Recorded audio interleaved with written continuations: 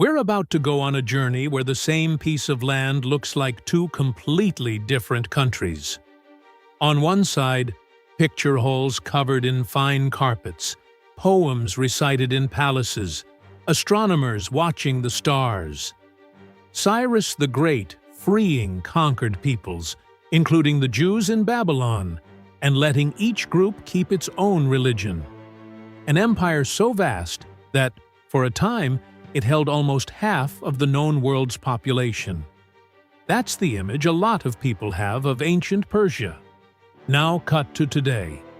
Same land, totally different picture. Missiles in military parades, protests in the streets, women ripping off their veils in defiance. Generals talking about an axis of resistance. Economic sanctions. Threats of war with Israel. Permanent tension with the United States. That's the image of Iran you see in the news.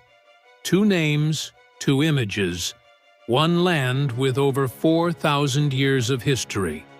How did an empire that was once the greatest superpower of antiquity become one of the most sanctioned and feared countries on the planet? And why does understanding that path help explain so many of the conflicts you see in the headlines today? In this first part, we're going to cross millennia of history, from ancient Persia all the way to the moment when the country officially decides to change its name to Iran, without turning this into a boring class full of dates. This is not trivia for history nerds. It's the foundation for understanding why the Middle East is on fire, why the United States can't seem to leave, and why the world still doesn't quite know what to do with this country. In other words, how glorious Persia slowly turned into modern Iran, and how that name change hides a much deeper shift in identity. And it all starts with something that sounds way too simple to explain so much: the country's own name. First, let's get a clear picture of where this land is, and why its very name is already a clue to its identity. Imagine a huge plateau surrounded by mountains, deserts, and narrow passes. To the west, Mesopotamia, the cradle of civilization. To the north, the steppes of Central Asia. To the east, the road to India. To the south, the Persian Gulf, through which a big share of today's global oil trade flows. That crossroads of worlds is the heart of what we now call Iran. Let's clear up a very common confusion. Iranians are not Arabs. Persians are not Arabs. And the main language spoken in Iran, Farsi, is not Arabic. Arabic is a Semitic language related to Hebrew. Farsi is an Indo-European language, a distant cousin of Portuguese, English, Russian, and many others. In other words, culturally, Iran is in the Middle East, but linguistically it belongs to the same big language family as we do in the West. Now, the names. Iran comes from Aryanum, tied to the original idea of Aryans, Indo-Iranian peoples who saw themselves as noble, an old ethno-linguistic group in the region. Persia, on the other hand, comes from Pars or Fars, a region in the south of the country. The Greeks first met that people through this specific region and then generalized the name to the whole empire. To them, all of it was Persis, Persia. For centuries, these two names coexisted. Iran was used internally, in the local language, to talk about the land of the Iranians. Persia was the external label, the nickname Greeks, Romans, and later Europeans used. It's as if the country had two passports, one to introduce itself to its own people, and another to present itself to the outside world. So the obvious question becomes, if the name Iran is as old as the civilization itself, Why did the rest of the world spend centuries calling this place Persia? And when exactly did that change? And why? The answer will show up later, when we reach the 20th century. Oil, the shahs, and an official request from the government. Before that, you need to see how this Persia became gigantic.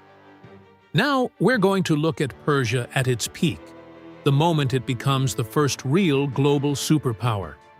In the 6th century BC, a man appears who will redraw the map of the world, Cyrus the Great. He unifies Iranian tribes and creates the Achaemenid Empire. In just a few decades, this empire stretches from India to Greece, from the Caucasus down to Egypt.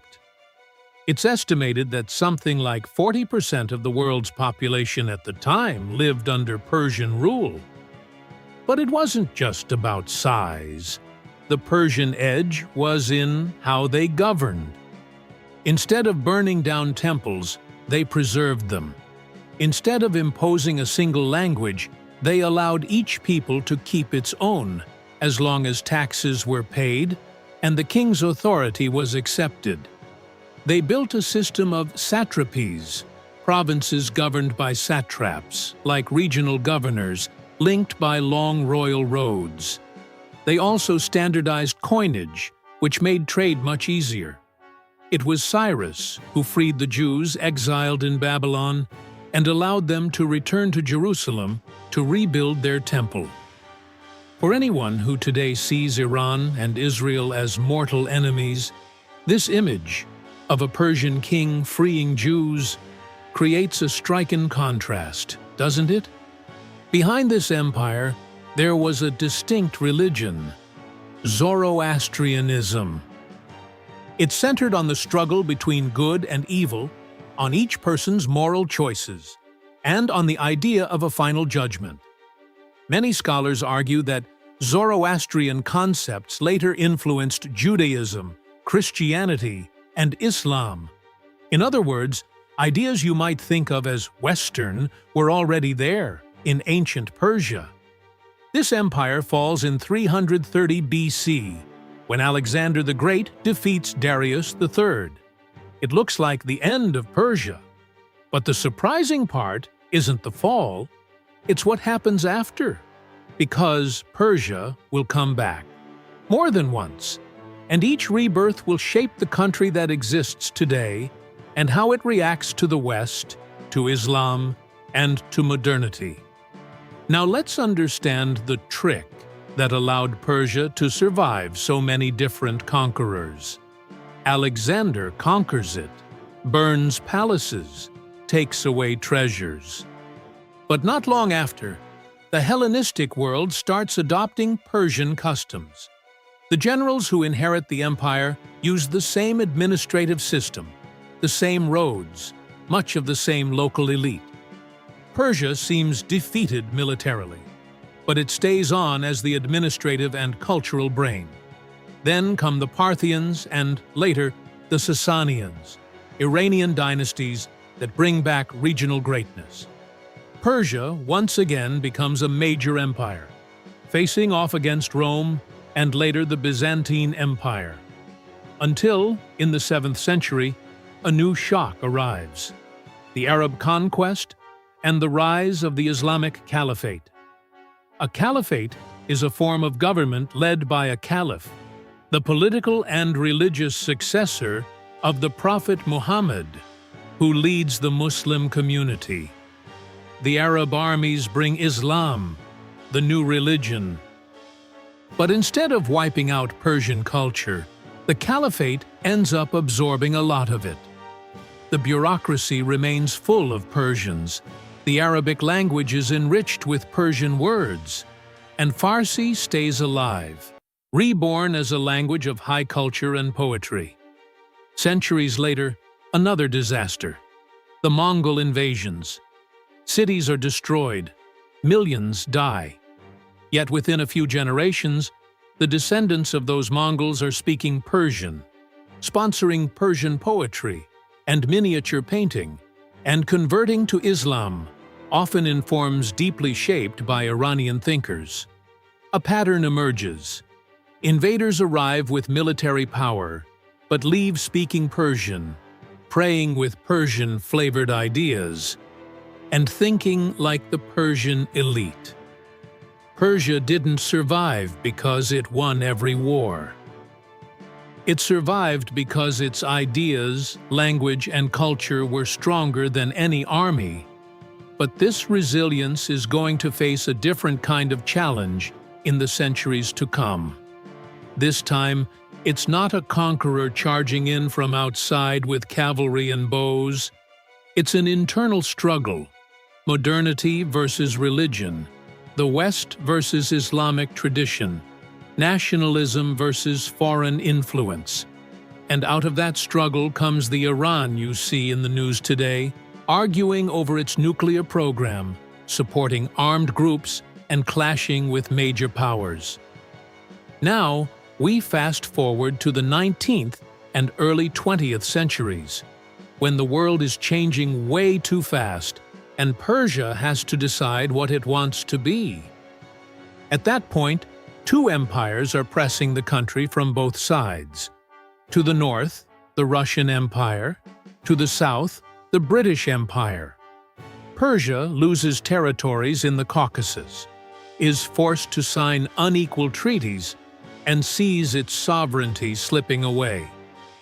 In 1908, a factor appears that changes everything: the discovery of oil on Persian soil. But the ones who really profit are not the local people. The British set up the Anglo-Persian Oil Company, which later becomes British Petroleum. Most of the profits flow to London. Iranian workers live in harsh conditions, getting crumbs from a resource that literally comes out of their own ground. Out of this mix of foreign humiliation and internal inequality emerges Reza Shah Pahlavi. In 1921, he leads a coup. In 1925, he's crowned Shah, king. He has a clear project: to turn old Persia into a modern, centralized state, with a strong army and less religious influence.